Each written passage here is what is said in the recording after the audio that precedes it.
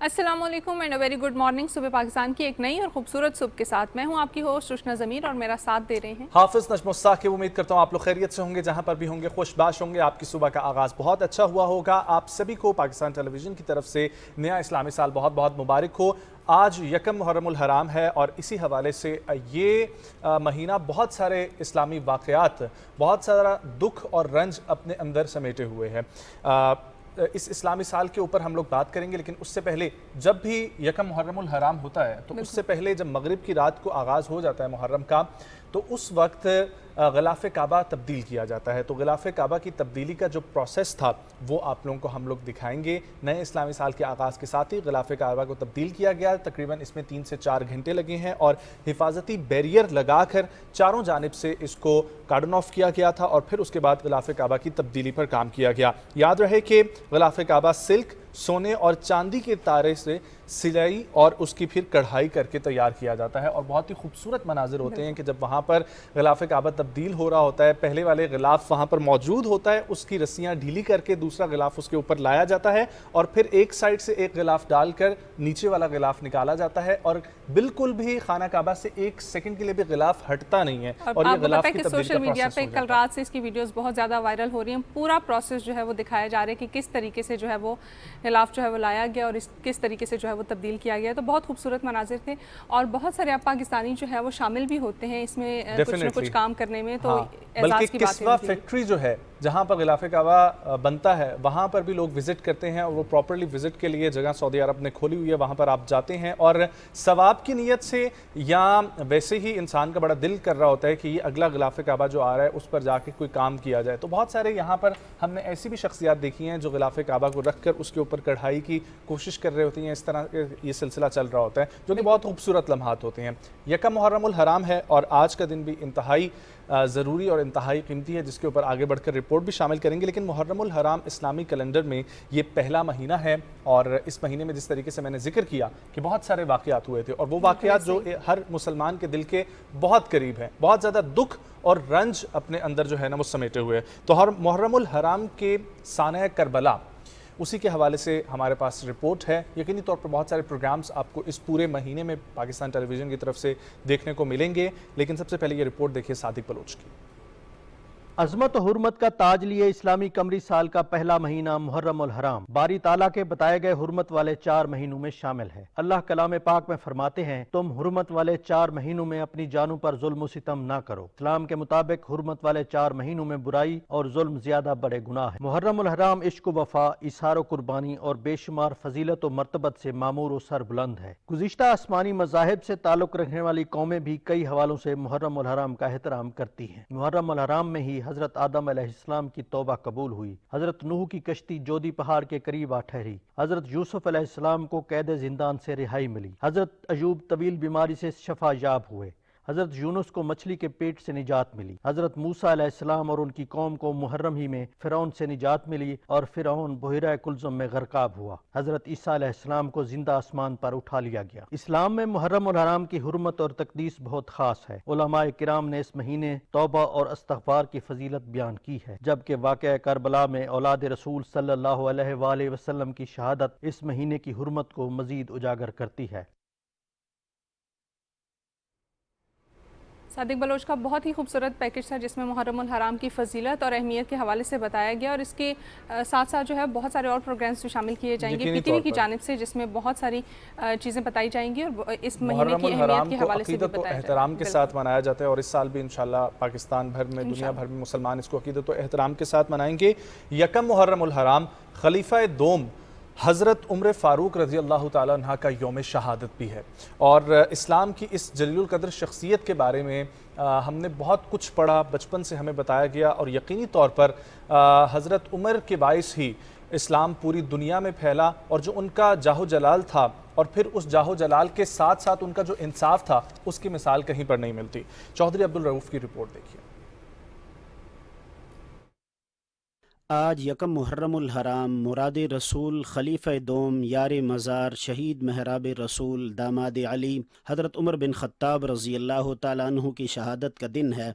आप रज़ी अल्लाह ताला अन्हु मुराद रसूल हैं, इसीलिए कबूलियत इस्लाम पर जिब्रील अमीन ने हजूर सल्लल्लाहु अलैहि वसल्लम को मुबारकबाद दी।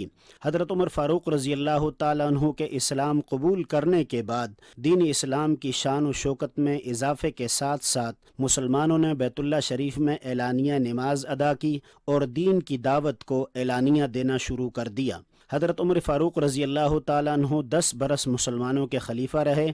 आप रज़ी अल्लाह ताला अन्हु ने खिदमत, जुर्रत व बहादरी, अदल व इंसाफ पर मबनी फ़ैसलों, फतूहात और कारनामों से इस्लाम का चेहरा रोशन किया।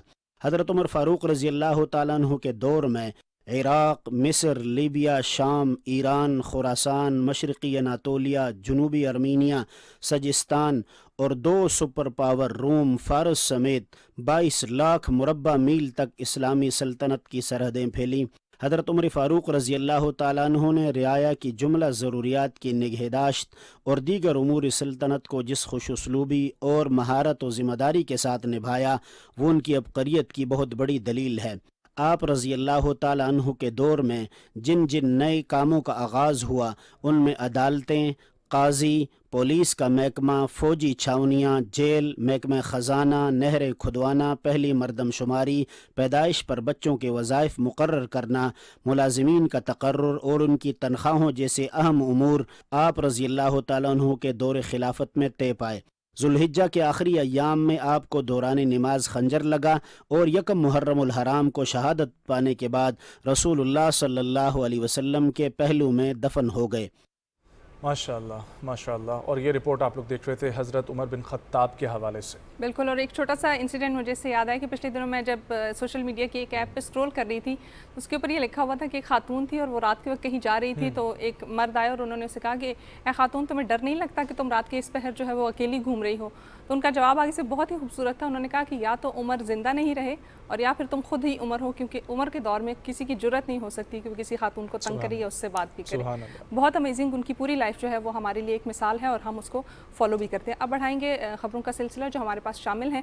आपको बताती चलूँ कि हम यूजुअली जो है वो ऑनलाइन शॉपिंग करते हैं और हमारे साथ बड़े ही प्रैंक्स भी होते हैं उसमें। तो इसी तरीके का एक प्रैंक जो है वो एक शख्स के साथ हुआ और वो ये था कि एक शख्स ने अमेज़ॉन से नया लैपटॉप ऑर्डर किया और उनको बदले में क्या मिला जी, बिस्किट के 2 डब्बे मिले, जो कि बड़ी उनकी हैरानकुन चीज़ थी उनके लिए कि 2 देख सकते हैं आप वीटा बिक्स के जो बिस्किट्स हैं उनके बॉक्सेस उनको मिले। लेकिन बाद में अमेज़ॉन ने क्या किया कि माफ़ी भी मांगी और उन्होंने कहा कि आपको ये लैपटॉप जो है वो वक्त पर जो है वो दोबारा फराहम कर दिया जाएगा। तो यकीनी तौर पर कोई शख्स थे जिनके साथ ये प्रैंक गलती हुई होगी, इसी वजह से इनको ऐसा मिल गया होगा, वरना अमेज़ोन से ऐसा चक्कर होता नहीं है। और दूसरी चीज़ ये कि अमेज़ोन ने जिम्मेदारी कबूल की है, बहुत अच्छी बात है, ये किसी की गलती की वजह से उनके पास पहुंच गया होगा। लेकिन हमारे साथ यहाँ पर बहुत सारे ऐसे ऑनलाइन फ्रॉड होते रहते हैं, तो आप लोग बच के रहिएगा। लेकिन जो कोरियर कंपनी का इस्तेमाल करते हैं, उन कोरियर कंपनी से आप ज़रूर रब्ता करें। कभी भी आपके घर पर ऐसी चीज़ आती है, उसकी वजह यह है कि कोरियर कंपनी जब डिलीवर करती है कोई भी चीज़, तो उसके अगले 2 से 3 दिन तक उसकी पेमेंट उनके पास ही होती है। जिसने चीज़ सेल की होती है उसके तक पेमेंट 3 दिन बाद पहुंचती है। तो आप लोगों के साथ अगर कुछ ऐसा हो जाए तो कोरियर कंपनी से रब्ता करें। आगे बढ़ते हैं और बताते हैं कि हर कोई चाहता है कि उनकी शादी की तकरीब जो है ना वो मुख्तलिफ हो। तो बड़ी ही मुनफरिद किस्म की एक खातून जो कि ज़राअत के शोबे से वाबस्ता हैं, जो कि खुद किसान हैं, ठीक है, फार्मर हैं, उन्होंने ट्रैक्टर पर बैठकर आई हैं और 33 साल उनकी उम्र है और फूलों का दस्ता हाथ में था, वाइट मैक्सी में मलबूस। और ये बरतानवी दुल्हन ने सबके होश उड़ा दिए। पहले तो दुल्हे भी जो है वो भी इसी तरीके से उन्होंने एंट्री मारी और ये पीछे आप लोग देख सकते हैं कि बड़े ही एक मुनफरिद अंदाज में जो है ना ये एंट्री, और उन्होंने यकीनी तौर पर अपनी इस चीज़ को सेलिब्रेट किया है। बिल्कुल। और मजे की बात है कि उनके फादर जो है ये ट्रैक्टर चला रहे थे और उन्होंने जो है इस चीज़ को जो है रिगार्ड किया है कि मेरे फादर किसान हैं, तो मैं उनका ये जो शोभा है उससे जो है, क्या बात है। आप लोग देख रहे हैं रेंज रोवर जैसी गाड़ियां पीछे खड़ी हुई हैं, लेकिन ट्रैक्टर का उन्होंने इस्तेमाल किया। इस बात पर उन्हें फ़ख्र है कि फार्मर है हम लोग और वो हमारी जो असलियत है उसके साथ जो जुड़ी हुई हमारी कैफियत हैं, जो इमोशनल अटैचमेंट है, उसको क्यों ना हम लोग इतने बड़े दिन के मौके पर इस्तेमाल करें। बिल्कुल। और आपको पता है पाकिस्तान में भी ऐसा यूजुअली होता है कि अब तो ब्राइड्स जो है वो रिक्शा में आ रही होती हैं, या वो तो मुख्तलिफ एक उसके लिए ना फन के लिए होता है, फन के लिए। लेकिन इट्स अ गुड थिंग। अगली खबर जो है वो शामिल करेंगे, वो भी बड़ी इंटरेस्टिंग सी है। और आपको पता है कि ब्राज़ील की बर्गर किंग जो फ्रेंचाइज है, उन्होंने क्या किया कि बारबी मूवी रिलीज़ होने वाली है, उस हवाले से उन्होंने पूरा जो है वो खाने की थीम पिंक बारह कलर की रखती है वाह। बिल्कुल, और ख़वातीन के लिए ये बड़ी फेवरेट चीज़ होगी क्योंकि उनको हर चीज़ जो है वो पिंक चाहिए होती है। तो इसी तरीके से पिंक कलर के मशरूबात भी हैं, बर्गर भी जो है वो पिंक कलर का है, और उसकी बर्गर की खास बात ये है कि उसके अंदर जो सॉस इस्तेमाल हुई है वो भी पिंक कलर की है। तो इसने बहुत सारे लोगों को अट्रैक्ट भी किया है, और इस महीने के आखिर तक जो है ये बारबी फिल्म रिलीज़ होने वाली है, और उसके लिए ये प्रमोशनल मेरे ख्याल से एक कैंपेन जो है वो चलाई गई। वंडरफुल। और अब फ्रांस का रुख करते हैं, जहाँ पर एक खातून बैठी हुई कॉफ़ी इंजॉय कर रही थी अपनी दोस्त के साथ, और उन्हें ऐसा महसूस हुआ कि कोई प्रॉपरली धमाका हुआ है, धमाके की आवाज़ आई है, और फिर उनकी पसलियों में आके एक पत्थर लगा। जब पत्थर लगा तो उन्होंने पहले तो ये महसूस किया कि जैसे कोई चीज़ आके चिमड़ गई है, और फिर उसके बाद जब उन्होंने देखा तो एक पत्थर था। उन्होंने बोला कि पिछले दिनों हमने टाइल्स का काम करवाया था छत पर, तो शायद उसका कोई टुकड़ा हो वो नीचे आके गिरा हो। बाकायदा तौर पर वहाँ पर बुलाया गया मज़दूर को और चेक करवाया गया, और पता लगा कि नहीं, ये आम पत्थर नहीं है, ये शहाब साकिब है। तो फिर शहाब साकिब को माहिर अर्जियात के पास लेकर गया, और वहाँ पर जाकर पता लगा कि यकीनी तौर पर ये शहाब साकिब ही है, और ये ज़मीन पर आके गिरा था, और उन्हीं के ऊपर आके ये लगा है। तो अब आप जब टेरेस पे बैठे हो तो एहतियात से बैठें और कॉफ़ी को इतना ज़्यादा एंजॉय ना करें। लेकिन हाँ, इसको अब जो है वो ऑक्शन भी ये कर सकती हैं, बिल्कुल और ऐसा पैसा हो भी कमा सकता है। सकती ये हैं। बहुत सारी चीज़ें होती हैं जो ऑक्शन में आती हैं और फिर वो अच्छी आसमान का खासी पत्थर। मालियत की जो है ना वो उस पर बिकती भी हैं। अगली खबर शामिल करेंगे। वर्ल्ड में जो है बहुत सारे मुख्तलिफ किस्म के खेल जो है वो खेले जाते हैं, लेकिन अब जिस खेल की बात करने वाली वो थोड़ा सा मुनफरिद है, और वो है swamp soccer world cup championship जो है वो हो रही है। और ये वर्ल्ड कप कैसा है कि आप देख सकते हैं कि कीचड़ में ये जो है वो खेला जाता है, और ये दलदली और कीचड़ भरी आबगाहों में फुटबॉल का आलमी मुकाबला जो है वो शुरू हो चुका है। फिनलैंड में वाक़या दलदली झीलों में ये खेला जा रहा है, और इसमें 100 से ज़ायद टीमें जो हैं वो शामिल हो रही हैं, और इसके गिर्द जो है वो दरख्तों की बाउंड्री लगा दी जाती है ताकि बॉल जो है वहाँ से बाहर ना जा सके। और देख सकते हैं कि कितना मुश्किल है ये खेलना, लेकिन फिर भी बहुत सारी टीमें जो हैं वो दुनिया भर से इसमें शामिल हुई हैं। क्या बात है, वंडरफुल। और ये तो आप तो एक ख़ास किस्म की गेम के बारे में बात करी थी, फुटबॉल की, कीचड़ वाली फुटबॉल या फुटसॉल इसको कह लें। लेकिन फीफा वुमेंस वर्ल्ड कप जो है उसको भी दोबारा से 9वें एडिशन का आगाज़ हो रहा है, और मेगा इवेंट के मैचेस जो हैं वो पीटीवी स्पोर्ट्स पर बराह रास्त भी आपको दिखाए जाएंगे। तो जो फुटबॉल के और ख़ास तौर पे ख़वातीन फुटबॉल के शौकीन हजरात हैं उनके लिए पीटीवी स्पोर्ट्स बराह रास्त इनको दिखाएगा। मज़ीद तफसील जानते हैं, हमारे पास मुजीबुल हक की रिपोर्ट है।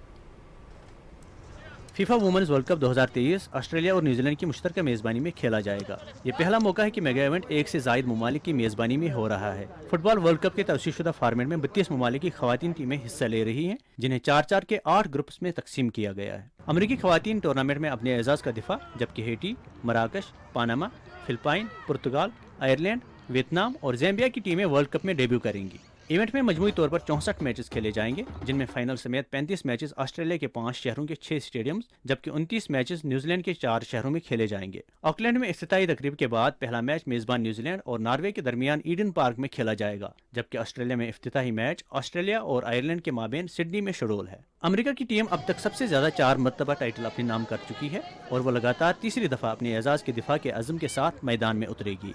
मेगा इवेंट के फाइनल और इख्तितामी तकरीब 20 अगस्त को सिडनी में होगी। मुजीबुल हक, पाकिस्तान टेलीविजन न्यूज़।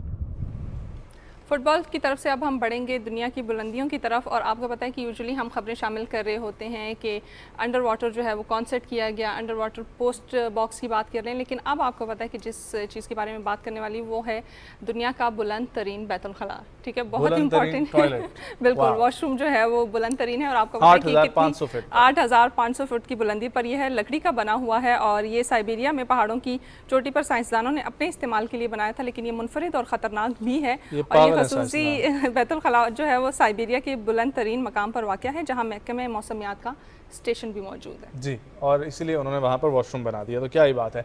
अब मैं आप लोगों को ये बताता हूँ कि टेक्नोलॉजी जिस तरीके से आगे बढ़ रही है उसी तरीके से बहुत सारे लोग काम कर रहे हैं, और जदीद टेक्नोलॉजी के इनकलाब के साथ हम लोग एक जिक्र सुनते रहते थे वाईफाई का, और वाईफाई ने पूरी दुनिया में एक जिद्दत लाई है। आप कहीं से भी एक्सेस कर सकते हैं थ्रू योर फोन्स, लैपटॉप, या आपके पास जो भी गैजेट्स मौजूद हैं। लेकिन अब ज़माना आ रहा है लाईफाई का जी।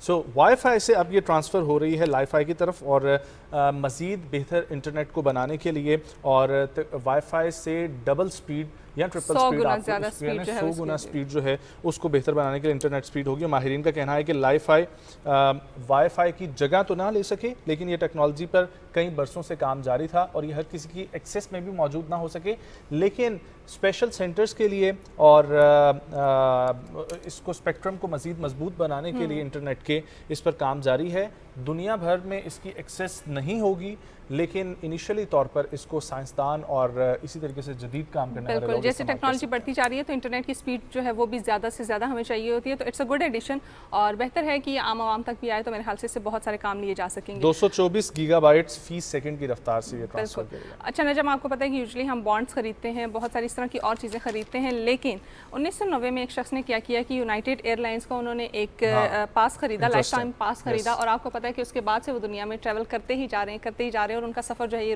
रुकने को नहीं आ रहा। और ये एक कम 70 साल अमरीकी शहरी हैं और ये कहते हैं कि ये मेरी ज़िंदगी की बेहतरीन सरमायाकारी थी जो कि मैंने की, क्योंकि उसके बाद जो है वो 23 मिलियन मील का हवाई सफ़र जो है वो कर चुके हैं और मज़ीद जो है वो चाहते हैं कि मज़ीद इन सफ़रों से जो है वो लुत्फ़अंदोज़ होते रहे, और वो कहते हैं कि मैं रुकने नहीं वाला, मैं मज़ीद जो है वो ट्रैवल करूँगा।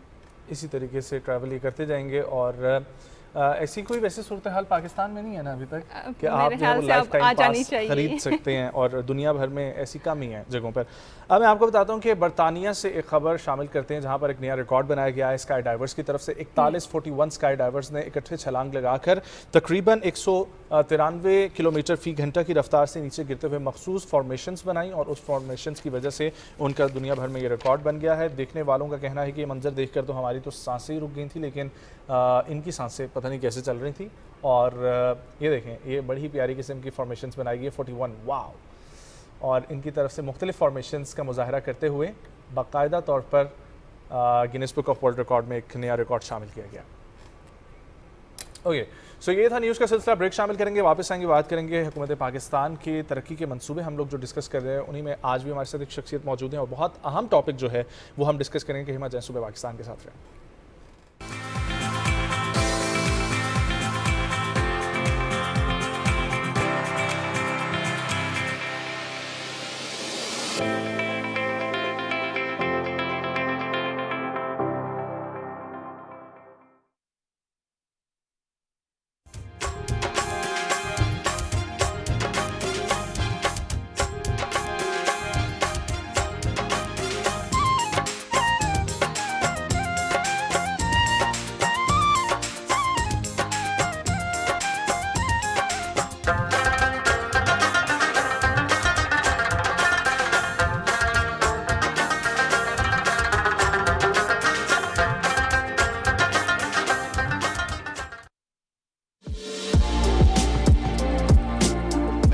ऐसा राउटर बनाना चाह रहा हूँ कि जब आप एक एक्सेस पॉइंट से दूसरे एक्सेस पॉइंट पे शिफ्ट हों तो वहाँ पे हैंड ऑफ टाइम होता है 2.4 मिली सेकेंड्स का।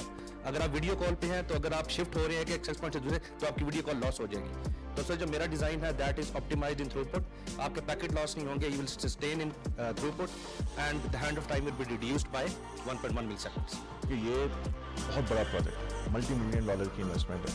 उसके अंदर जो हैंड ऑफ का टाइम है वो 2.4 मिली सेकेंड्स है। ठीक है, जो मेरा टाइम है sir that is below 1 milliseconds, और ये बात हम टेस्ट कर चुके हैं ऑन द बोर्ड। पाकिस्तान में are you in touch with vendors या फैक्ट्रीज, कुछ प्रोटोटाइप आपने बनाया है अभी? SCO, Vycloud and Sky Telecom in my region. have you sort of assessed what is the export potential of this product? As a business model, for me, it's just too early to be giving anything to, even if it's a small amount. If what you are saying, Yes sir.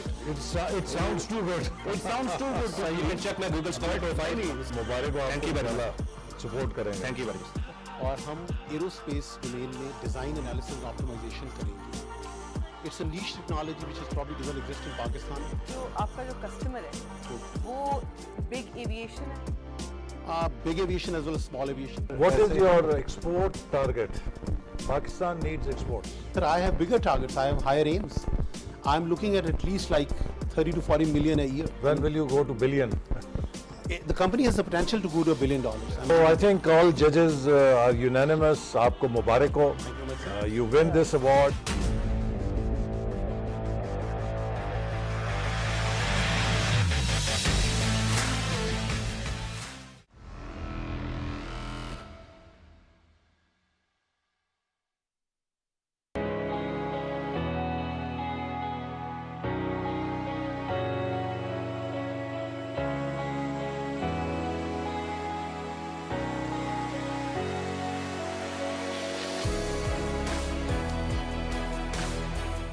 You can turn up these lights to kind of show a sudden change of lighting. PTV academy पे हम आपको यही सिखाएंगे कि ड्रामे का makeup कैसा होता है, फिल्म का मेकअप कैसा होता है और कमर्शियल्स में जो मेकअप होता है वो कैसा होता है।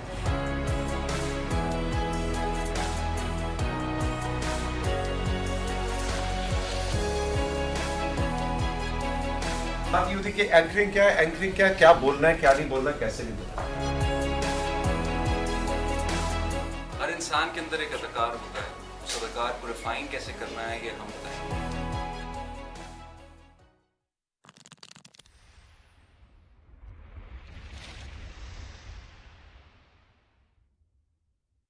मैं हूँ शानजे। मेरे भाई शाजिल और मुझे हमेशा से माहौल की फिक्र रही है। एक दिन क्लीन अप ड्राइव के दौरान हमें एक कदीम डब्बा मिला। उसके अंदर बुक ऑफ अर्थ और 2 लॉकेट्स थे, जिससे हमें सुपर पावर्स मिली।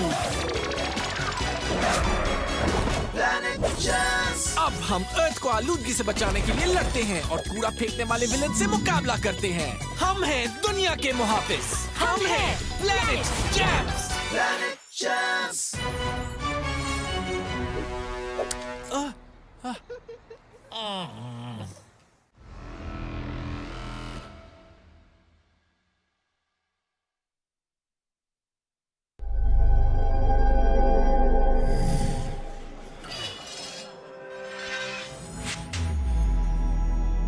तवानाई की बचत का अहद करें, दहशत पाकिस्तान की बुनियाद रखी।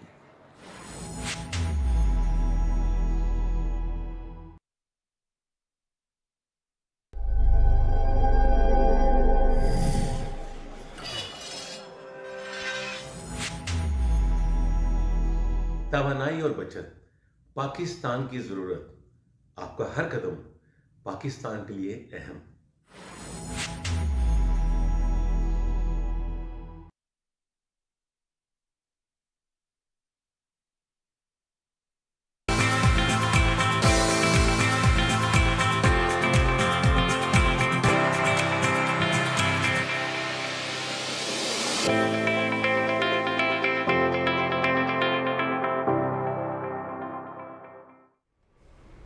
मौजूदा हुकूमत के तरक्याती मनसूबों की अगर बात की जाए तो रोज़ाना ही कोई ना कोई नया तरक्याती मनसूबा जो है वो शुरू किया जाता है, जिससे आवाम को भी रिलीफ मिले और मुल्क की मीशत जो है वो भी बेहतर बनाई जा सके। इसी तरीके का एक और मनसूबा जो है उसका संग बुनियाद रखा गया है। वज़ीर-ए-आज़म शहबाज शरीफ ने 14 जुलाई को C5 न्यूक्लियर पावर प्लांट का संग बुनियाद रखा। बिल्कुल जी, चश्मा के मकाम पर ये यूनिट 5 का इनकाद हुआ और ग्राउंड ब्रेकिंग थी, जहां पर वफाकी वज़ीर बराए एनर्जी खुर्रम दस्तगीर साहब भी मौजूद थे, प्लानिंग मिनिस्टर जनाब एहसन इकबाल साहब भी मौजूद थे, इसके अलावा चीनी हुकाम भी वहां पर मौजूद थे। वज़ीर-ए-आज़म मोहम्मद शहबाज शरीफ की खुसूसी दिलचस्पी है इस प्रोजेक्ट में और इसी हवाले से इसकी लागत में भी कमी की गई और फिर साथ ही साथ इसकी इस्तेदादकार को बढ़ाने के लिए 1100 मेगावाट के से बढ़ाकर 1200 मेगावाट कर दिया गया है। अब ये चश्मा 5 जिसके मुआहदे पर 2017 में दस्तखत किए गए थे और गुज़िश्ता 5 बरस के इल्तवा का शिकार है, इसके ऊपर हम लोग डिस्कशन करेंगे। आज बहुत सारे सवालात हैं और इन्हीं सवालों पर जवाब देने के लिए हमें ज्वाइन कर रहे हैं, हमारी रहनुमाई करने के लिए तर्जुमान पाकिस्तान एटॉमिक एनर्जी कमीशन जनाब शाहिद रियाज खान साहब। अस्सलाम वालेकुम शाहिद साहब, thank you so much for coming. खैरियत से हैं सर आप? शाहिद साहब ये बताइएगा, सबसे पहले तो ये चश्मा का मकाम जो है यहाँ पर इस प्रोजेक्ट के हवाले से भी थोड़ा सा बताइएगा यूनिट 5 का, लेकिन और यहाँ पर कितने पावर प्लांट्स चल रहे हैं और फिर मुल्क भर में हमारे कितने पावर प्लांट्स चल रहे हैं और कितनी बिजली जनरेट करेंगे ये यूनिट 5? देखिए, ये चश्मा के मुकाम पे 5वां न्यूक्लियर पावर प्लांट होगा। पहले 4 न्यूक्लियर पावर प्लांट यहाँ पे चल रहे हैं और 1330 मेगावाट बिजली चश्मा के मुकाम से हम नेशनल ग्रिड को दे रहे हैं। ठीक, ये 5वां न्यूक्लियर पावर प्लांट C5 है, ये 1200 मेगावाट का है। तो इंशाल्लाह ये 7 से 8 बरस में जब ये तामीर हो जाएगा और कौमी ग्रिड से मुंसलिक हो जाएगा तो 1200 मेगावाट मज़ीद बिजली कौमी ग्रिड को देगा। और पूरे मुल्क में सर कितने चल रहे हैं इस वक्त? जी, पूरे मुल्क में चश्मा के अलावा हमारे पास 2 न्यूक्लियर पावर प्लांट जो बड़े साइज़ के हैं वो कराची में हैं, K2 और K3। वो 2200 मेगावाट बिजली दे रहे हैं और इस तरह से टोटल हम 3500 ज़्यादा मेगावाट बिजली जो है वो कौमी ग्रिड को इस वक्त दे रहे हैं। सर कहते हैं कि न्यूक्लियर पावर प्लांट से जो बिजली की पैदावार होती है वो दूसरी तरह से जो बिजली पैदा हो रही है उससे जो है वो बेहतर है और एनवायरनमेंट पे भी जो है वो कम इफ़ेक्ट कर रही है और क्लाइमेट चेंज के असर को भी कम करती है। इस पर ज़रा रोशनी डालिए। देखिए, अभी जितने भी न्यूक्लियर पावर प्लांट्स पूरी दुनिया में चल रहे हैं, ज़ाहिर है पाकिस्तान में 6 न्यूक्लियर पावर प्लांट, जिस तरह मैंने बताया, बिजली की पैदावार के लिए जो दीगर ज़राए इस्तेमाल होते हैं उसमें से जो ग्रीन हाउस गैसेस का अखराज ज़्यादा होता है, जिसमें फॉसिल फ्यूल के पावर प्लांट्स जो है वो हैं मौजूद पूरी दुनिया में, आपको पता है। तो उससे फॉसिल फ्यूल्स की वजह से ग्रीन हाउस गैसेस का अखराज ज़्यादा होता है। न्यूक्लियर पावर प्लांट की खासियत ये है कि इसमें कार्बन डाइऑक्साइड एमिशन जो है, ये ग्रीन हाउस गैसेस की एमिशन जो है वो नहीं है। और ये पूरी दुनिया में क्लाइमेट चेंज का इशू उस वक्त उठा हुआ है, आपको पता है। बहुत ज़्यादा पाकिस्तान भी शिकार रहा है इसके जो एडवर्स इफ़ेक्ट्स हैं, जो उसके मुज़िर असरात हैं। इसलिए हमें ज़रूरत है, पूरी दुनिया को इस वक्त ज़रूरत है कि हम बिजली के लिए उन ज़राए का इंतखाब करें जिससे कि ग्रीन हाउस गैसेस कम से कम खारिज होती हों। तो न्यूक्लियर पावर प्लांट को हम कह सकते हैं कि ये ज़ीरो GHG गैसेस, यानी जो हमारी हैं ऐसी मुज़र गैसेस जो कि माहौल को ख़राब करती हैं, तो ये माहौल दोस्त बिजली है। ठीक है।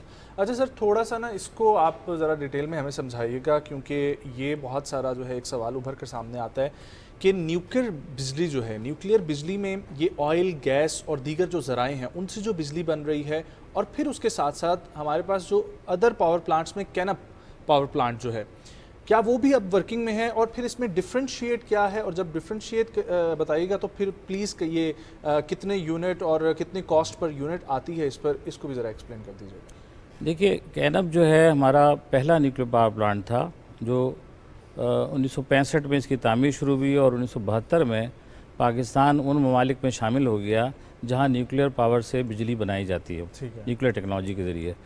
तो इसमें देखिए, अब 72 से लेकर 1972 से लेकर 2021 में हमने कामयाबी से इसको 50 साल कामयाबी से चलाने के बाद हमने इस पावर प्लांट को बंद किया है।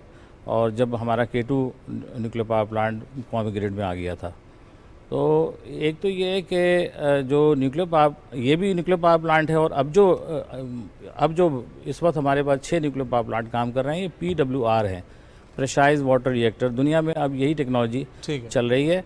और जो K2 K3 हैं और ये जो अब C5 लगेगा, ये जनरेशन 3 के पावर प्लांट हैं जिसमें हिफाजती इक़दाम बहुत ज़्यादा किए गए हैं, और जिससे कि किसी किस्म की भी जो परेशानी थी न्यूक्लियर पावर प्लांट लगाने वालों को, वो अब दूर हो जानी चाहिए। ठीक है, एक ब्रेक शामिल करते हैं, ब्रेक से वापस आएंगे, कंटिन्यू करेंगे प्रोग्राम को हमारे साथ।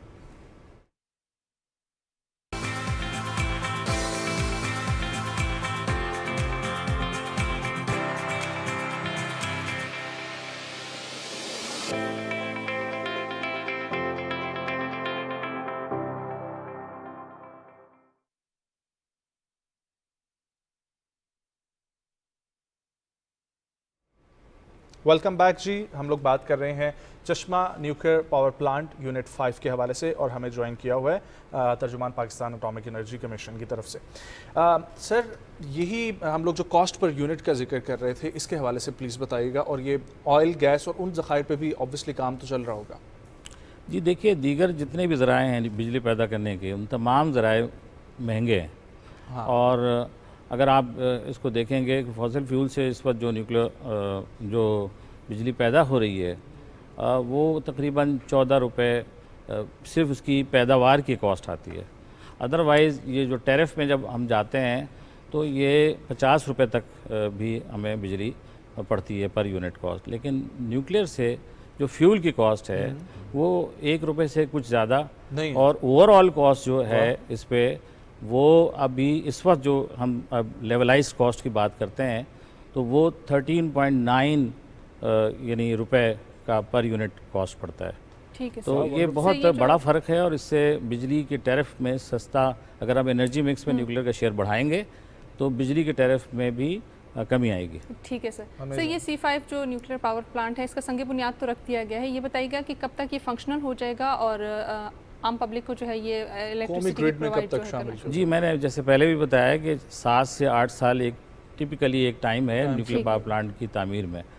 तो अगर इसकी तामीर शुरू हो जाती है फ़ौरन, तो 7 से 8 साल में इंशाल्लाह कौमी ग्रिड को 1200 मेगावाट बिजली देगा इंशाल्लाह। और सर, ये तकरीबन कितना अर्सा हो गया पाकिस्तान एटॉमिक एनर्जी को काम करते हुए न्यूक्लियर पावर प्लांट्स पर, और कब से हम लोगों ने इसका आगाज़ किया था? पहला पाकिस्तान में न्यूक्लियर पावर प्लांट कब लगा था? मैंने जिस तरह बताया कि 1972 में न्यूक्लियर पावर प्लांट हमारा पहला कैनअप लगा था, तो उस वक्त पाकिस्तान पूरी दुनिया में 15वां मुल्क था जहां न्यूक्लियर टेक्नोलॉजी के ज़रिए बिजली पैदा की जा रही हो।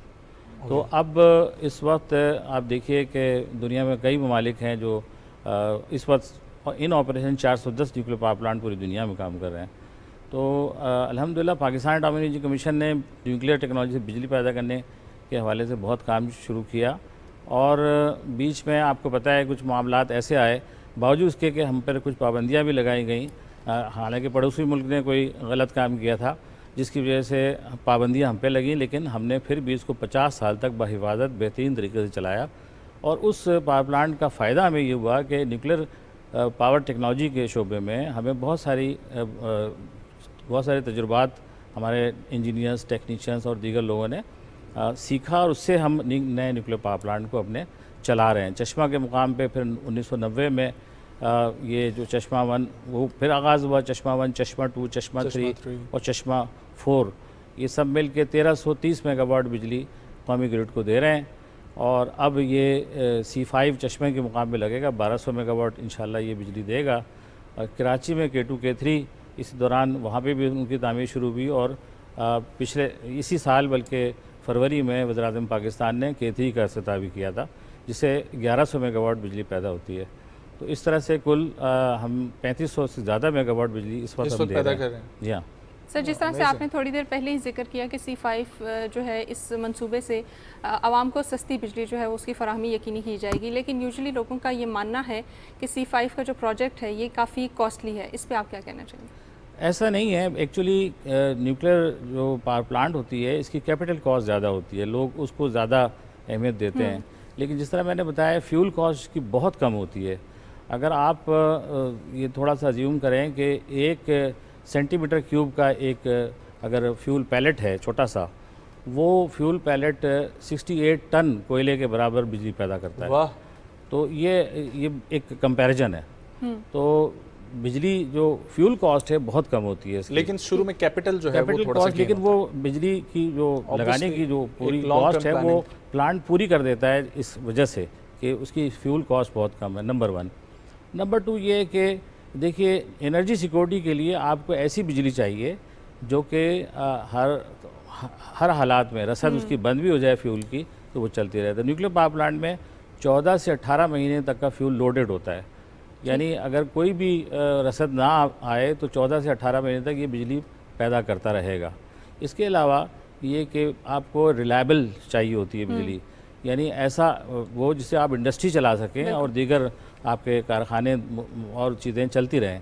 तो उसके लिए बेस लोड एनर्जी हम इसको कहते हैं। उसके लिए ज़रूरी है कि आप के पास ऐसे ज़राए मौजूद हों जो कि रिलायबल हों। तो न्यूक्लियर पावर प्लांट सारा साल बिजली देता रहता है, उसका कैपेसिटी फैक्टर बहुत ज़्यादा है।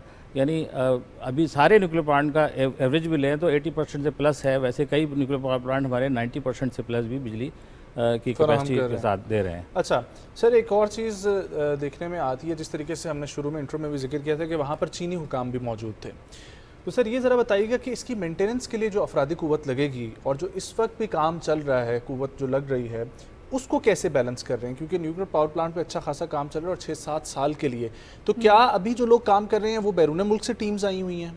नहीं, इस तरह है कि पाकिस्तान में जितने भी न्यूक्लियर पावर प्लांट अभी चल रहे हैं उनमें हमारी अपनी अफरादी क़ुव्वत, हमारी मुल्क की अफरादी क़ुव्वत, पाकिस्तानी काम कर रहे हैं, पाकिस्तानी इंजीनियर, पाकिस्तानी साइंटिस्ट, हम लोग यानी एटॉमिक एनर्जी कमीशन के लोग काम कर रहे हैं उसमें। लेकिन देखिए अब ज़ाहिर है इसके लिए अफरादी क़ुव्वत की तरबियत के लिए इदारे चाहिए।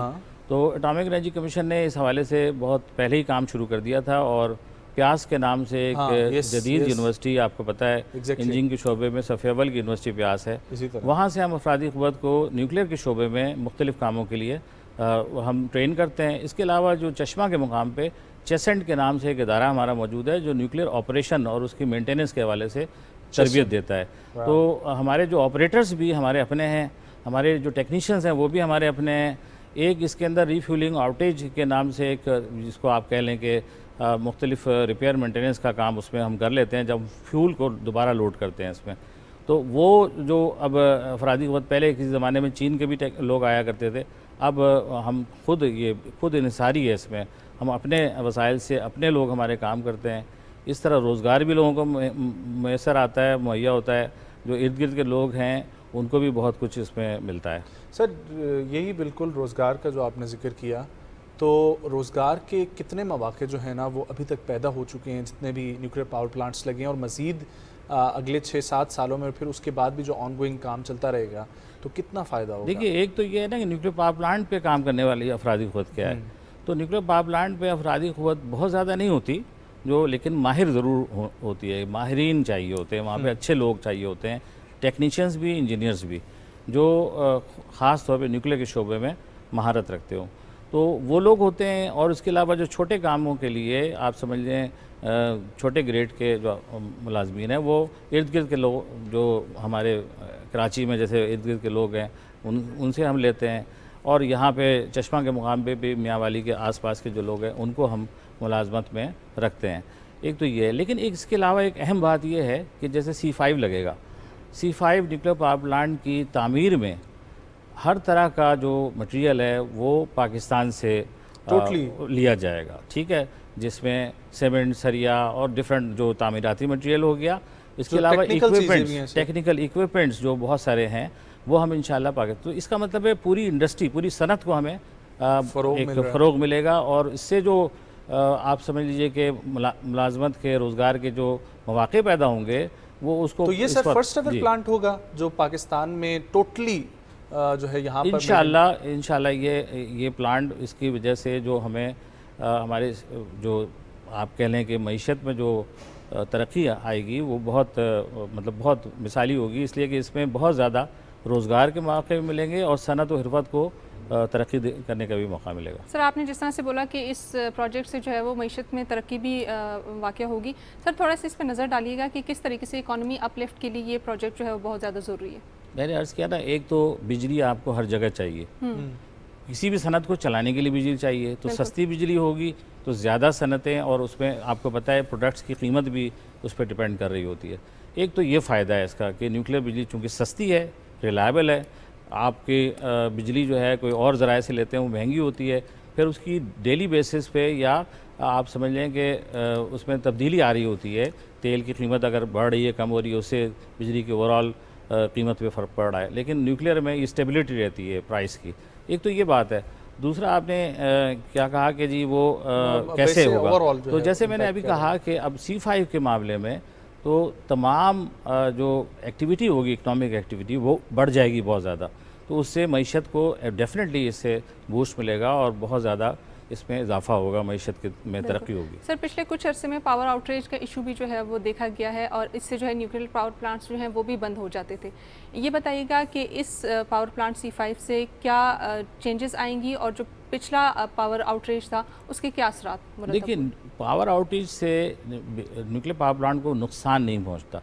होता क्या है कि जब नेशनल ग्रिड में किसी भी जगह पे ट्रांसमिशन लाइन में फ्लक्चुएशन आती है, चाहे वो फ्रीक्वेंसी की वजह से हो या वोल्टेज की वजह से हो, उस सूरत में सेफ्टी फीचर है न्यूक्लियर पावर प्लांट का कि वो ट्रिप कर जाता है। तो जब ट्रिप कर जाएगा तो बिजली तो ऑब्वियसली वो नहीं देगा और उसको फिर रीस्टार्ट करने में कुछ थोड़ा सा वक्त लग जाता है, क्योंकि न्यूक्लियर का एक साइकिल है, उसके बाद फिर वो आप दोबारा ग्रिड पे, जब तक स्टेबिलिटी नहीं होती ट्रांसमिशन लाइन में, तो हमारे लिए बहुत अहम है कि हम ट्रांसमिशन लाइन को भी कौमी सतह पर बेहतर से बेहतर करें।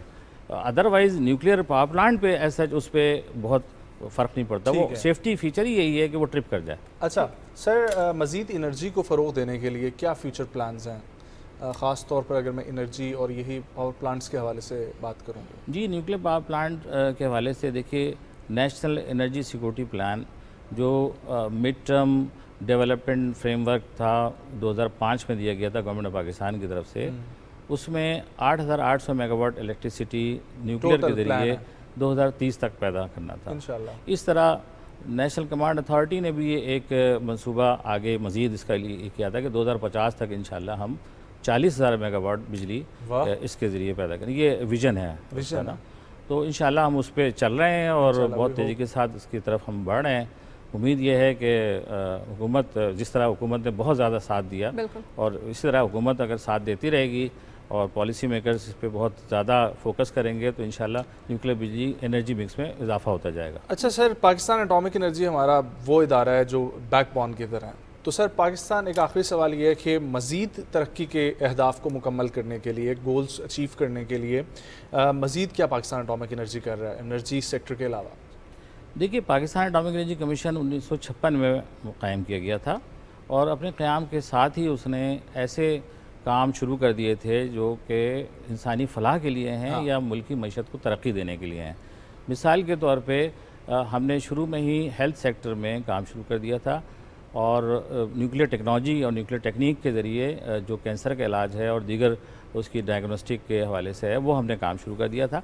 और इस तरह से जो यूनाइटेड नेशन के सस्टेनेबल डेवलपमेंट गोल्स हैं, 17 सस्टेनेबल डेवलपमेंट गोल्स जिसको हम SDGs कहते हैं, SDGs में से 11 SDGs पे एटॉमिक एनर्जी कमीशन इस वक्त काम कर रहा है, जिसमें कि ज़राअत है, जिसमें कि हमारे पास 150 से ज़्यादा वैरायटीज़ ऐसी हमने पैदा कर दी हैं, जो बना दी हैं, जो कि किसान इस्तेमाल करेंगे इंशाल्लाह। और उसकी वजह से हमारी ज़राअत में बहुत जो ग्रीन हम पाकिस्तान की बात करते हैं इंशाल्लाह उसमें बहुत इजाफ़ा होगा।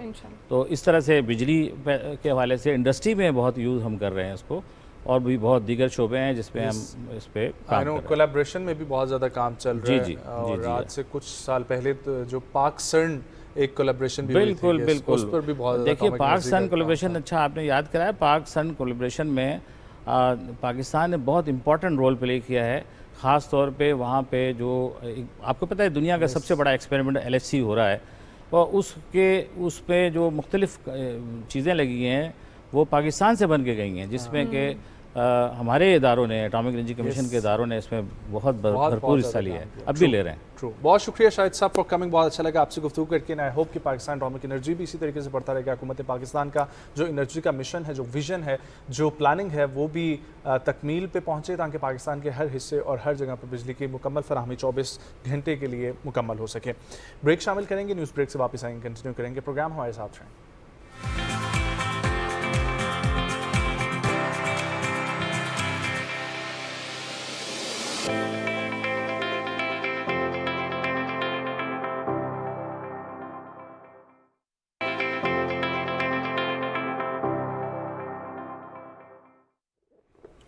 Welcome back after the break. और आपको पता है कि आज का दिन जो है वो एक और ख़ुसूसियत भी रखता है, और वो ये है कि आज पाकिस्तान समेत दुनिया भर में चांद का आलमी दिन जो है वो भी मनाया जा रहा है। क्या बात है, पहली दफ़ा ये दिन मैंने सुना है इस साल, और इसलिए हमने बोला कि इसको मज़ीद डिटेल जानने के लिए आपके साथ भी शेयर किया जाए। और फिर इस पर हमारे साथ गेस्ट भी मौजूद हैं जिनसे हम बात करेंगे और जानेंगे कि क्या जो है ना वो ये चांद बना कैसे, क्यों बना, क्या क्या कर रहा है चांद। ठीक है, हमें एक चांद नज़र तो आता है, लेकिन चांद की थोड़ी सी साइंस समझने के लिए हम बात करेंगे। और 20 जुलाई 1969 को पहली दफ़ा जो है ना वो अमरीकी खलाबाज नील आर्मस्ट्रॉन्ग जो थे वो वहाँ पर पहुँचे थे, और फिर उसके बाद कदम रखने के बाद जो पहले वो इंसान बन गए थे, फिर ऑनवर्ड जो है उसी दिन की मुनासबत से ये दिन जो है वो मून डे के तौर पर मनाया जाता है। और इस पर हमारे साथ बात करने के लिए लाहौर स्टूडियो से हमें ज्वाइन कर रहे हैं फल्कियातदान जनाब शहीर नियाजी साहब। अस्सलाम वालेकुम शहीर साहब, बहुत शुक्रिया आपका वक्त निकालने के लिए। उम्मीद करता हूँ आप खैरियत से होंगे। सर ये बताइएगा कि ये चांद जो है बड़ा यूनिक टॉपिक है, एंड आई होप कि बहुत सारी इन्फॉर्मेशन आप हमारे साथ शेयर करेंगे। सबसे पहले तो ये सवाल नन्ना मुन्ना सा कि ये चांद बना कैसे है?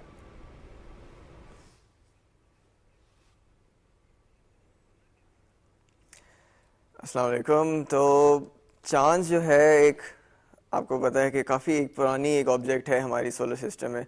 अर्थ का हमारा एक ही चांद है। तो दुनिया जो है हमारी जो है 4 बिलियन ईयर्स पुरानी है, 4.5 बिलियन ईयर्स पुरानी है। तो साइंसदान की एक थ्योरी है कि पुराने ज़मानों में जब हमारा अर्थ बन रहा था, जब सोलर सिस्टम बन रहा था, तो एक मरीख जितना एक और प्लैनेट था जिसका नाम थिया होता था। अच्छा। तो वो ऑब्जेक्ट जो था वो और हमारा जो अर्थ था पुराना, उन दोनों की आपस में टक्कर हुई थी बहुत ज़ोर किस्म की, जिसकी वजह से हमारा जो एक चांद है वो उस एक्सप्लोजन की वजह से, जितनी वो डेब्री क्रिएट हुई थी उस टक्कर की वजह से 2 बड़े बड़े प्लैनेट्स की, उसकी जो डेब्री थी वो ग्रेविटी की इन्फ्लुएंस की वजह से वो स्लोली आहिस्ता आहिस्ता ठंडा हो के हमारा एक चांद बन गया। और इसकी साइंसदानों को एविडेंस भी मालूम है, क्योंकि जो हमारी अर्थ है और जो चांद है उसके जो पत्थर हैं उसके थोड़े बहुत सिमिलैरिटीज़ हमें मिलती हैं। जिसकी वजह से हम ये थ्योरी कह सकते हैं कि एक पुराने ज़माने में इस तरह की एक बहुत धमाकेदार टक्कर हुई थी, जिसकी वजह से हमारा चांद बना था। और अगर ये टक्कर ना हुई होती तो हमारी जो दुनिया होती वो काफ़ी छोटी होती। जिस तरह आज है तो हमारी दुनिया है, मगर अगर ये टक्कर ना हुई होती तो काफ़ी छोटी होती और हमारा चांद भी ना होता इस वजह से। शहीर, ये बताइएगा कि चांद की क्या अहमियत है? अगर चांद ना होता तो ज़मीन के ऊपर क्या असरात मुरतब होते? वाह, नाइस।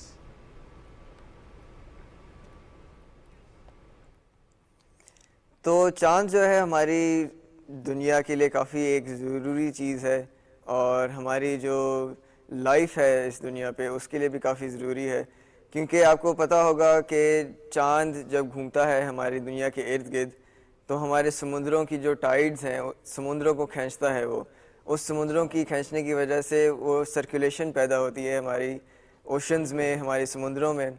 और अगर ये चांद ना होता तो हमारे पास ये टाइड्स भी कम होती और इसकी वजह से जो हमारी ओशन की सर्कुलेशन है वो बिल्कुल ना होती और लाइफ जो है उसको काफ़ी मसला होता।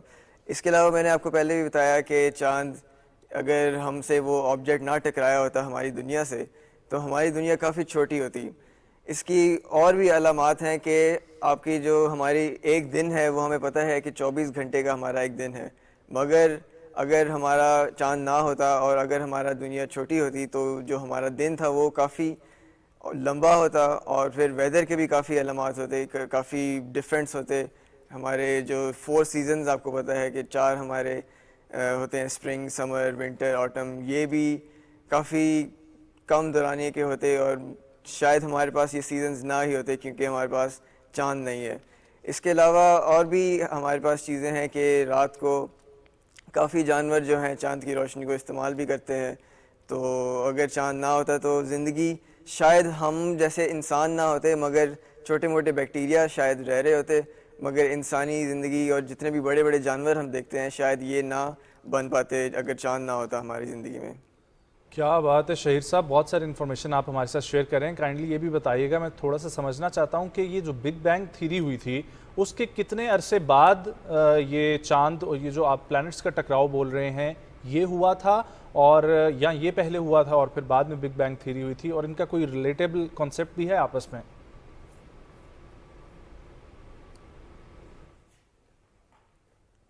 अच्छा, जो बिग बैंग थ्योरी है वो तो हमारी पूरी जो कायनात है उसकी फॉर्मेशन की एक थ्योरी है कि शुरू में एक बिग बैंग हुआ, और इसकी जो डेट है वो रफली कहते हैं कि 13 बिलियन ईयर्स पहले, मतलब 13 बिलियन ईयर्स पहले ये एक बिग बैंग हुआ था। और जो हमारी सोलर सिस्टम की फॉर्मेशन है और जो हमारी दुनिया की फॉर्मेशन है, चांद की फॉर्मेशन है, वो रफली 4 बिलियन ईयर्स पहले हुई थी। तो मतलब आपके पास एक 9 बिलियन ईयर्स बिग बैंग के बाद हमारे पास जो हमारी दुनिया थी उसकी फॉर्मेशन शुरू हुई थी। इसके अलावा मैं आपको एक और भी बड़े मज़े की बात बताना चाहता हूँ कि आप अगर यहाँ पे तस्वीरों में आप देख रहे होंगे कि चांद के मुख्तलिफ रंग नज़र आ रहे हैं हमें इसमें ब्लू रंग नज़र आ रहा है, हमें ऑरेंज और रेडिश कलर भी नज़र आ रहा है। अब इसकी बड़ी खसूसी इंटरेस्टिंग बात है कि ये जो जितने भी डार्क रीजन्स हैं ये सारे, इनको हम कहते हैं मारे। अब ये जो मारे हैं ये बहुत पुराने ज़माने में जब चांद नया नया बना था तो यहाँ पे लावा और वोल्केनोज़ काफ़ी ज़्यादा होते थे।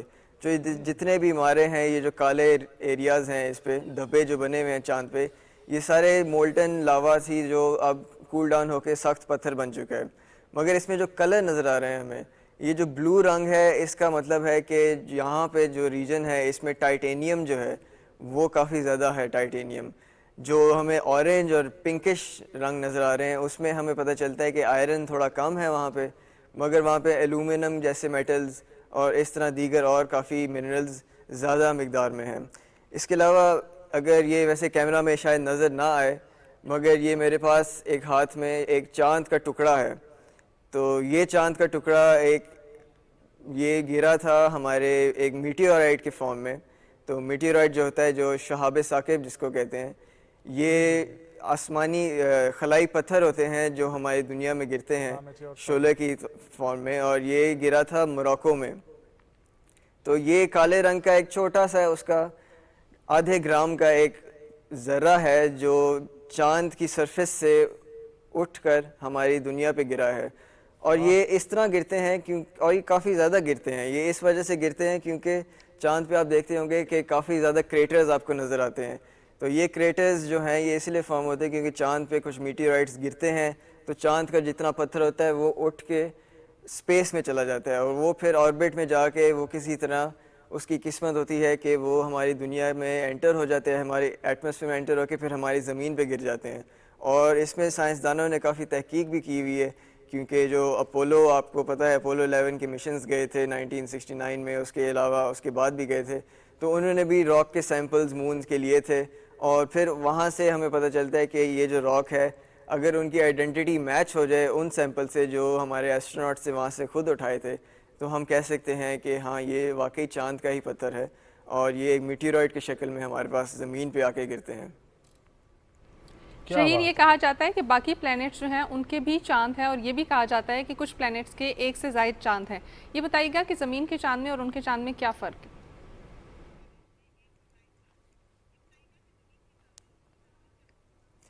हाँ जी, जैसे जो बड़े प्लैनेट्स हैं, आगे आपके पास जुपिटर है जो बहुत एक बड़ा प्लैनेट है, सैटर्न है वो काफ़ी बड़े प्लैनेट्स हैं, यूरेनस, नेपच्यून, उन सारों के 30 से ज़्यादा मून्स हैं, 30-40 मून्स हैं, किसी के 60 मून्स हैं। अब उनके चांद जो हैं, अब जैसे जुपिटर है उसके कुछ 4 चांद हैं जो हमें अगर आप दूरबीन से देखें तो वो आपको जुपिटर और उसके साथ 4 सितारे नज़र आएंगे। तो वो जो 4 सितारे हैं वो जुपिटर के 4 सबसे बड़े चांद हैं और उसमें से एक जो है जिसको गैनीमीड कहते हैं वो हमारे चांद से भी बड़ा है। तो हमारा चांद वैसे हमारी दुनिया में हमारी दुनिया के अराउंड एक ही चांद है और ये काफ़ी एक बड़े साइज़ का ऑब्जेक्ट है, मगर इससे बड़े जो हैं मून्स कुछ हैं जो हमारे बड़े प्लैनेट्स के पास हैं, मगर दीगर जो उन प्लैनेट्स के बाकी मून्स होते हैं वो सारे छोटे छोटे मून्स हैं जो उन्होंने अपनी ग्रेविटी की वजह से कैप्चर किए होते हैं। जो छोटे एस्ट्रॉयड्स होते हैं वो उसकी ग्रेविटी इतनी ज़्यादा होती है उन प्लैनेट्स की कि वो उन एस्ट्रॉयड्स को कैप्चर कर लेते हैं, वो तो फिर उनके वो चांद बन जाते हैं। इसके अलावा मरीख जो है, मरीख के भी 2 छोटे छोटे चांद हैं जिसको फोबोस और डीमोस कहते हैं और ये भी छोटे 2 एस्ट्रॉयड की शक्ल के ही चांद हैं और जो मरीख के इर्द गिर्द चक्कर लगाते हैं।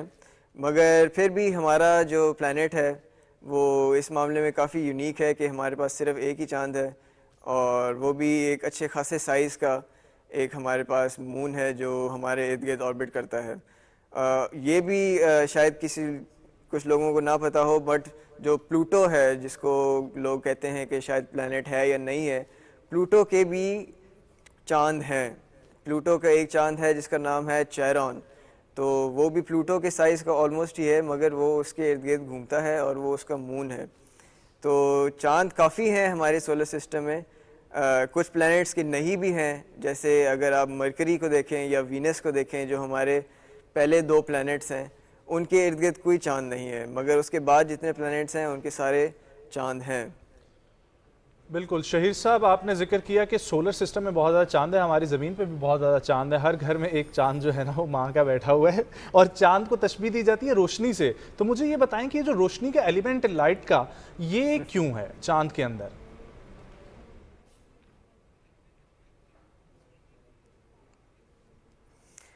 तो चांद की जो रोशनी है वो इसकी अपनी रोशनी तो नहीं है, मगर जो सूरज की रोशनी चांद पे पड़ रही होती है वो उसकी सरफेस से रिफ़्लेक्ट होके हमारी आंखों में आ रही होती है, हमारे कैमरास में नज़र आ रही होती है। और चांद जो है इसका मटेरियल जो है ये काफ़ी वाइट पत्थर भी हैं, आपको नज़र आ रहा होगा, कोई ब्लैक एरियाज़ भी हैं, तो रिफ्लेक्टिव काफ़ी ज़्यादा है, तो काफ़ी इसकी इंटेंस रोशनी हमें यहाँ पे पहुँचती है, काफ़ी तेज़ रोशनी पहुँचती है, क्योंकि उसकी सरफेस भी सफ़ेद ऑलमोस्ट हमें नज़र आती है, तो इसलिए हमें ये बहुत एक ब्राइट एक चीज़ नज़र आती है रात को। क्या बात है।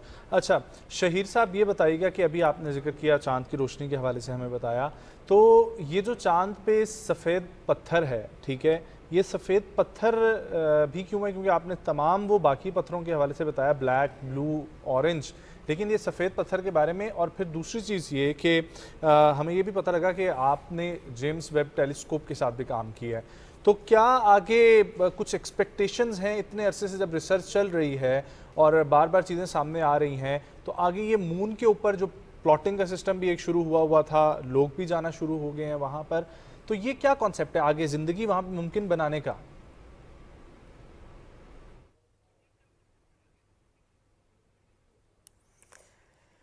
हाँ जी, ये अब पहली मैं आपकी बात पे करूँ तो जो सफ़ेद पत्थर हैं, इसका जो है साइंटिस्ट कहते हैं कि जो सूरज की रोशनी है और इसने इस पत्थर को काफ़ी सफ़ेद कर दिया अपनी रेडिएशन की वजह से। इसके अलावा जो एस्ट्रॉयड्स हमारे जो क्रेटर्स उस पे मून पे गिरते हैं, जो फ्रेश जो मटेरियल निकलता है चांद की ज़मीन से, तो वो सारा हमें सफ़ेद सफ़ेद नज़र आता है।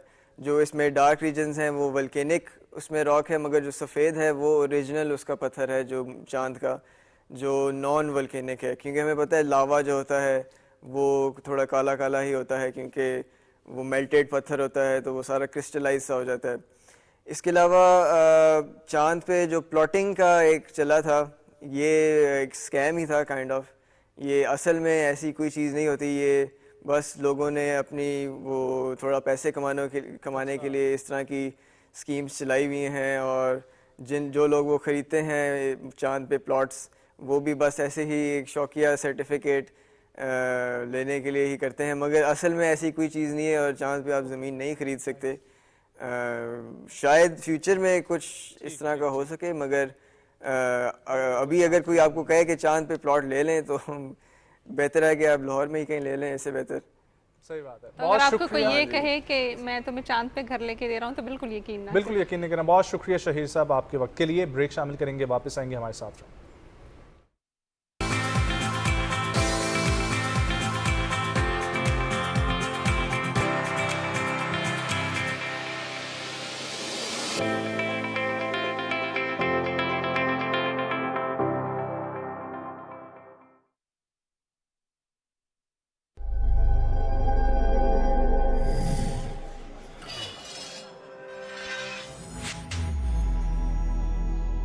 बिजली बचाना भी बिजली बनाने से कम नहीं है। हम बात करते रहते हैं कि इस मुल्क का बहुत बड़ा मसला तवानाई है, एनर्जी क्राइसिस। बिजली की हमें जरूरत है ताकि इंडस्ट्री चले, घर चले, दफ्तर चले, हम सुकून से जिंदगी गुजार सकें। लेकिन हम कम ही सोचते हैं कि बिजली बनाने की जिम्मेदारी के साथ साथ बिजली बचाने में हम छोटा सा कंट्रीब्यूट कर सकते हैं। एक एक यूनिट, एक एक वॉट अगर हम बचाएं तो ये बिजली बनाने से कम नहीं है। What matters for Pakistan? What matters for Pakistan?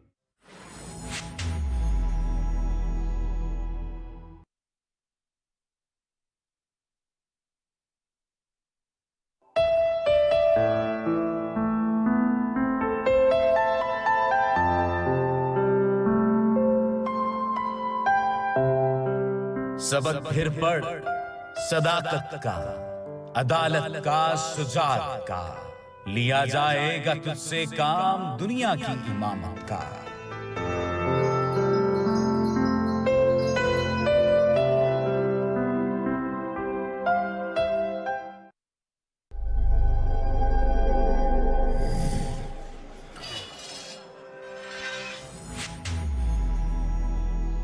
तवानाई की बचत का वादा निभाएं, मईशत बचाएं, मुल्क चलाएं।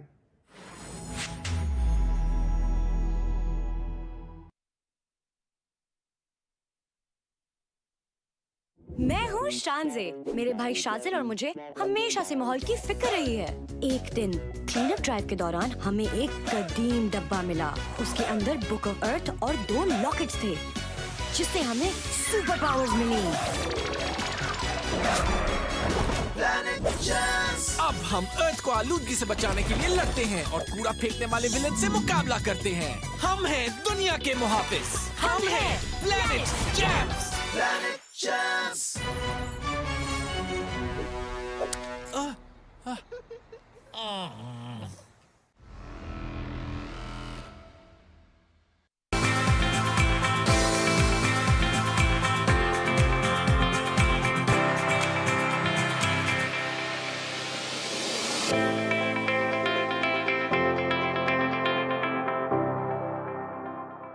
शुरू करें बात। जी आज दुनिया में चांद का आलमी दिन तो मनाया जा रहा है, लेकिन इसके साथ साथ एक और अहमियत का हामिल भी है ये दिन, और आज जो है वर्ल्ड चेस डे यानी शतरंज का आलमी दिन भी जो है वो मनाया जा रहा है। बिल्कुल जी, और वर्ल्ड चेस डे के हवाले से हमारे पास रिपोर्ट है, आप लोग देखें। फिर वापस आएंगे, हमारे साथ एक प्लेयर मौजूद होंगे जो चैंपियन है चेस के, उनसे बात करेंगे और इस गेम को भी समझेंगे।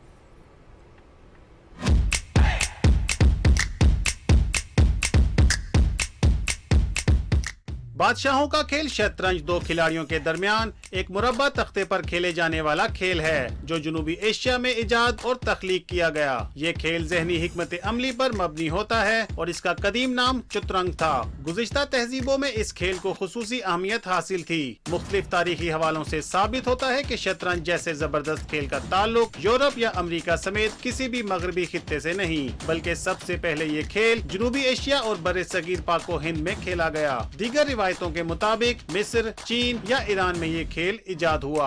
हर साल 20 जुलाई को शतरंज का आलमी दिन मनाया जाता है क्योंकि 1924 में इसी दिन इंटरनेशनल चेस फेडरेशन का कयाम अमल में आया था। एक रिपोर्ट के मुताबिक दुनिया भर में शतरंज के 605 मिलियन खिलाड़ी हैं।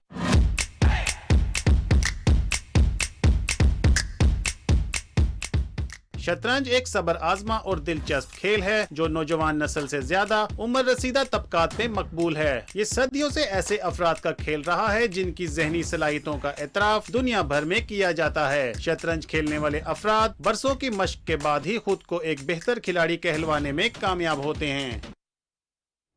जी बिल्कुल, आपको बताएं कि पाकिस्तान में भी ऐसे प्लेयर्स मौजूद हैं जो इसमें खेल रहे हैं, और उन्हीं में एक प्लेयर हैं जुनैद सुहेल जो 2022 ओलंपिया में शिरकत कर चुके हैं। इसके अलावा वो कौमी शतरंज कप 2022 में दूसरे नंबर पर आ चुके हैं, जबकि शेख रसल कप ढाका में भी 2022 में वो शिरकत कर चुके हैं और आज हमें ज्वाइन कर रहे हैं। 1966 से ऑनवर्ड यूनेस्को ने इसका दिन मनाना शुरू किया था। हमें ज्वाइन कर रहे हैं लाहौर स्टूडियो से जुनैद सुहेल। अस्सलाम वालेकुम Junaid, thank you so much for joining. मुझे ये बताएं कि ये शतरंज जो है वो अभी बताया गया कि उम्र रसीदा लोगों का काम समझा जाता है, तो आपने कब से खेलना शुरू किया और कहां से इंटरेस्ट डेवलप हुआ?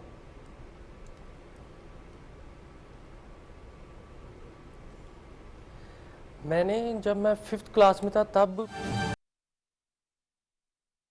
सुबह पाकिस्तान में खुश आमदीद आपको कहेंगे। हमें ज्वाइन किया हुआ है लाहौर स्टूडियो से जुनैद सुहेल ने। जुनैद, आप बता रहे थे मेरे पहले सवाल का जवाब कि कैसे आपने इसका शुरू किया चेस खेलना।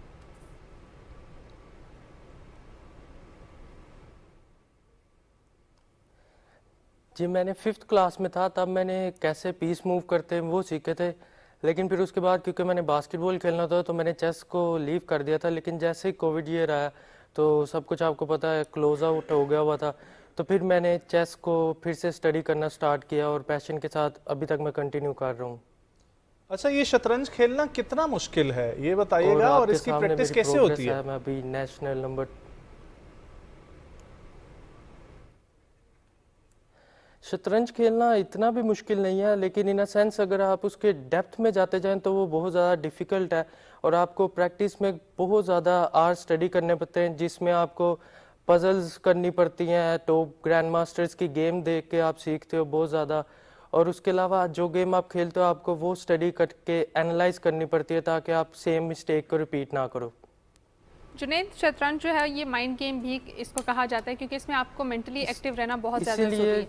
आप अपने माइंड को एक्टिव रखने के लिए क्या करते हैं?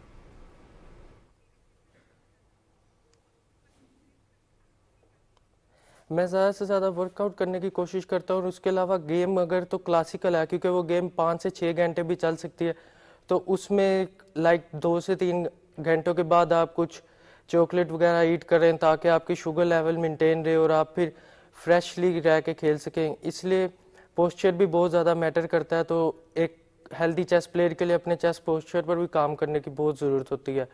और मैंने इसके अलावा अपने स्टैमिना को भी बढ़ाने के लिए काफ़ी ज़्यादा रनिंग के अभी से स्टार्ट किया, क्योंकि मैंने जब एशियन एमेचर खेला था तो उसके बीच कुछ 7th राउंड के बाद मुझे फटीग नज़र आने लगी थी अपने में, तो एज अ रिज़ल्ट मेरी परफॉर्मेंस थोड़ी सी डाउन हो गई हुई थी, तो इसलिए मैं वर्कआउट कर रहा हूँ। अपने कप्स के बारे में बताइएगा प्लीज, ज़्यादा से ज़्यादा। आपने कौन कौन से कॉम्पिटिशन्स अभी खेल लिए उनके बारे में बताइएगा।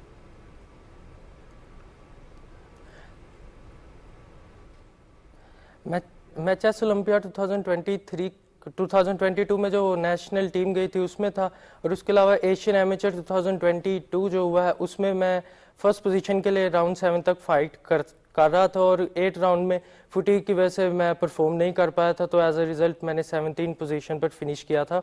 और उसके अलावा मैंने पाकिस्तान को शेख रसल कप में भी रिप्रेजेंट किया है, जहाँ पर मैं GM जो कि चेस का टॉप टायर टाइटल है उनके साथ ऑलमोस्ट ड्रॉ कर लिया था, वो भी क्योंकि मैं फटीग में था। तो मैंने 5 and 30 मिनट्स के बाद जो वहाँ पर जाके मैंने ब्लंडर कर दिया था। बहुत शुक्रिया जुनैद सुहेल हमारे साथ मौजूद थे और बता रहे थे चेस के हवाले से। और अगले टॉपिक की तरफ हम लोग बढ़ते हैं। आज यकम मुहर्रमुल हराम है, मुहर्रम के हवाले से हम लोग बात करेंगे। ये वो महीना है जिसके हवाले से हमने आपको रिपोर्ट भी दिखाई, लेकिन ख़ास तौर पर इस महीने में बहुत ज़्यादा दुख और रंज जो है वो समेटे हुए ये महीना हमारे साथ मौजूद है। और हमें इसी पर बात करने के लिए ज्वाइन कर रहे हैं मजहबी शख्सियत जनाब अल्लामा शकील अख्तर साहब। अस्सलाम वालेकुम अल्लामा साहब, बहुत शुक्रिया वक्त निकालने के लिए आपका। अल्लामा साहब ये फरमाइएगा सबसे पहले तो सफ़र जो 28 रजब से शुरू हुआ उसके हवाले से बताइएगा कि किन किन पड़ाव से होता हुआ 2 मुहर्रमुल हराम को जो पहुंचा। बहुत शुक्रिया। एक तो हदिया ताज़ियत है मुहर्रम के हवाले से, नवासे रसूल इमाम हुसैन अलैहिस्सलाम। देखिए तारीख़ ने एक एक मिनट को और एक एक लम्हे को डॉक्यूमेंट किया हुआ है। ये वो वाहिद वाक़या है जो 1400 साल गुजर जाने के बाद इसके एक एक चीज़ डॉक्यूमेंट है। 28 रजब सन 60 हिजरी को इमाम हुसैन अलैहिस्सलाम ने मदीना छोड़ा है और वहाँ से मक्के का रुख किया। ठीक है, सफ़र के बाद रबीउल अव्वल, रबीउल सानी, जमाद सानी, रजब, शबान, ज़िलहिज 8 ज़िलहिज को उन्होंने हज को उम्रे से बदला है। जो सियासी सूरत हाल थी उसके पेश नज़र वो वहाँ से करबला की तरफ चले। 14 मंजिलें हैं जिनको गुजार के इमाम हुसैन अलैहिस्सलाम करबला पहुँचे। 2 मुहर्रम को करबला पहुँचे। इस समय ये 22 दिन का सफ़र है। अगर 8 रबीउल अव्वल को चले हैं तो 22 दिन उसके और 1 दिन 23 दिन के बाद करबला पहुँचे। ठीक है, इन 23 दिनों में 14 मंजिलें हैं जिनके नाम मौजूद हैं। सुफ़ा है, ज़ुरूद है, ज़बाला है, जुलहसम है। उन जगहों के नाम है जहाँ इमाम हुसैन अलैहिस्सलाम रुके हैं। और हर मंजिल पर कोई ना कोई वाक़या डॉक्यूमेंट है। कहीं कोई मिलने आया है, कहीं कोई रास्ते में शायर मिला है। तो इन 14 मंजिलों का बाकायदा तफसीली जिक्र, कौन कौन अफराद इनसे मिले, इमाम हुसैन अलैहिस्सलाम का सफ़र कैसे गुजरा। मतलब पहली मंजिल है सुफ़ा, वहाँ पे इमाम हुसैन अलैहिस्सलाम जा रहे थे। अब ज़रा थोड़ा सा ध्यान में रखिएगा कि मदीना है, मदीना इधर मक्का है। पहले मक्का गए, फिर मक्के से करबला की तरफ जा रहे हैं तो मदीना दरमियान में रास्ते में पड़ता है। दोबारा मदीना यहाँ पे अब्दुल्ला इब्न जाफ़र अपने दोनों बेटे जनाब ज़ैनब सलामुल्लाह अलैह के दोनों बेटे औन मोहम्मद को लेकर दोबारा इमाम हुसैन अलैहिस्सलाम से मिले और हज़रत औन मोहम्मद को उनके हवाले किया। अब ये सारी मंजिलें इमाम हुसैन अलैहिस्सलाम की 14 मंजिलें हैं। जो इमाम हुसैन अलैहिस्सलाम में सबसे पहले सफ़ा की मंजिल, जहाँ पे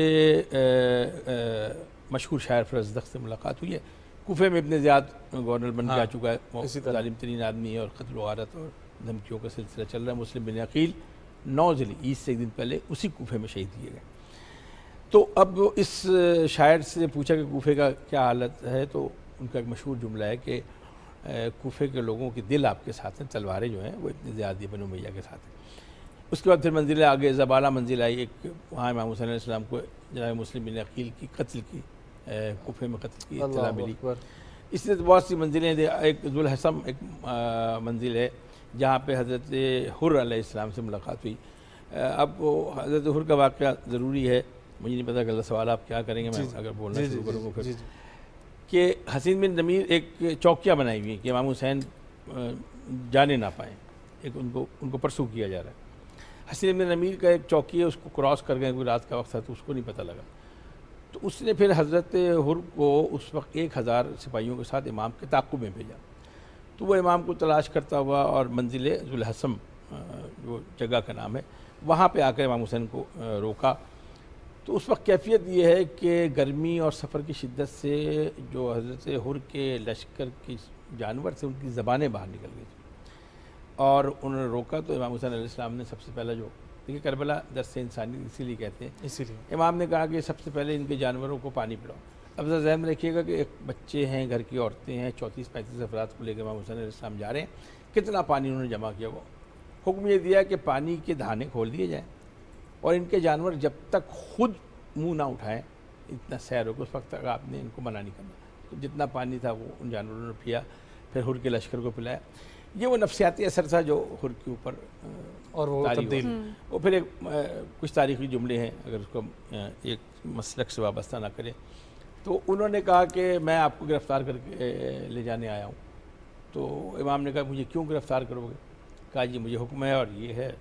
तो उस पर इमाम ने एक जुमला कहा था कि हुर ने क्या किया कि इमाम ने कहा मैं नहीं जाऊँगा, तो उसने इमाम के घोड़े पे लगाम पे हाथ डाला। वो एक तौहीन का मरहला आता है। तो जब इमाम ने जुमला कहा तो इमाम ने कहा ए हुर तेरी माँ तेरे गम में बैठी। अब ये अरबी का एक मुहावरा है। हुर ने जवाब दिया कि अगर आपकी माँ फातिमा ना होती तो मैं भी आपको ये वो इमाम का तर्ज़ अमल है जिसने अंदर ज़मीर को बेदार कर दिया कि मैं फातिमा के बेटे को लेके जा रहा हूँ। फिर ये सफ़र तय कर, अब मुझे अब जहाँ रोकेंगे मैं रुक जाऊँगा। जी। ये सफ़र तय करते हुए 2 मुहर्रम को करबला में पहुँचते हैं। अब करबला भी मैं तेज़ी से बता दूँ, करबला के 17 नाम हैं। गाज़रिया है, नैनवा है, करबला है, उनमें से एक नाम करबला है। उन बस ठीक है वहाँ इमाम हुसैन अलैहिस्सलाम 2 मुहर्रम को पहुँचे हैं। वहाँ आगे आप जो सवाल करेंगे जी ठीक है। अल्लामा साहब, मुहर्रम उल हराम जो है हमारे लिए अकीदत और एहतराम का महीना है, लेकिन इसकी फ़जीलत पे थोड़ी सी रोशनी डालिएगा और ये बताइएगा कि वाक़या करबला हमें क्या मैसेज देता है। देखिए बहुत अच्छा सवाल किया आपने। फ़जीलत होती है शख्सियात के साथ। मेराज का दिन क्यों फजीलत थी? इसलिए कि नबी करीम सल्लल्लाहु अलैहि वसल्लम जा रहे थे। चूँकि मुहर्रम में, अब ये सवाल आप इसमें एक ऐड कर लें कि ये 10 दिन हम क्यों मनाते हैं? हाँ, अशरा मुहर्रम की अहमियत। देखिए मुहर्रम का वाक़या 10 मुहर्रम 61 हिजरी को करबला में हुआ है। सुबह फजर की अजान से लेकर असर की अजान, यानी 4-5 बजे तक पूरा वाक़या ख़त्म हो चुका। अभी भी अरब में 3 दिन मनाया जाता है, 8, 9, 10 बेसिकली जो इराक़ में आप ज़ायरीन को देखते हैं। करबला ने सफ़र किया तहज़ीबों को, जो 10 दिन हमारे यहाँ मनाया तो बरसग़ीर की तहज़ीब है, क्योंकि इसमें दर्द था, इंसानियत के लिए पैगाम था। अगर मैं कोट करूँ कि जब बरसग़ीर में ये तहज़ीब आई है तो यहाँ के हिंदू शायर का एक शेर है कि निसारे मुर्तज़ा हूँ, पंजतन से प्यार करता हूँ, ख़ज़ां जिस पर ना आए उस चमन से प्यार करता हूँ, अक़ीदा मंजिल इंसानियत में कब ज़रूरी है, मैं हिंदू हूँ मगर एक बुश चिकन से प्यार। अब ये ईरान के ज़रिए तहज़ीब पहुँची करबला की, तो यहाँ जो वाक़यात मनाए गए तो लखनऊ के जो नवाबीन थे उन्होंने अशरा मुहर्रम को फैला दिया। ठीक है, फैला इसलिए दिया कि एक दिन में हम तमाम शोहदा का तज़किरा नहीं कर सकते। उन्होंने मखसूस किया जो बरसग़ीर की तहज़ीब, भाई कहीं और नहीं है, ईरान या इराक़ की नहीं। पहली, दूसरी और तीसरी मुहर्रम को जो तज़किरा होता है वो अंसार हुसैनी का होता है, इमाम हुसैन अलैहिस्सलाम के साथियों का। अल्लामा साहब, माजरत के साथ आज हमारे पास ब्रेकिंग्स भी आ रही हैं। ठीक है, हमारे पास ये पूरा मुहर्रम का महीना है। हम आपको दोबारा रिक्वेस्ट करेंगे कि आप तशरीफ़ लाएं और हम प्रोग्राम को डिटेल में डिस्कस करें, लेकिन आज चूँकि वक्त जो है वो साथ नहीं दे रहा, तो इसलिए हमें यहाँ पर क्लोज करना पड़ेगा। बहुत शुक्रिया अल्लामा साहब आपके वक्त के लिए। ख़वातीन और हज़रात, मुलाकात होगी आप लोगों से कल। अपना बहुत सारा ख्याल रखें। सुबह पाकिस्तान की टीम को दीजिए इजाज़त। अल्लाह हाफ़िज़।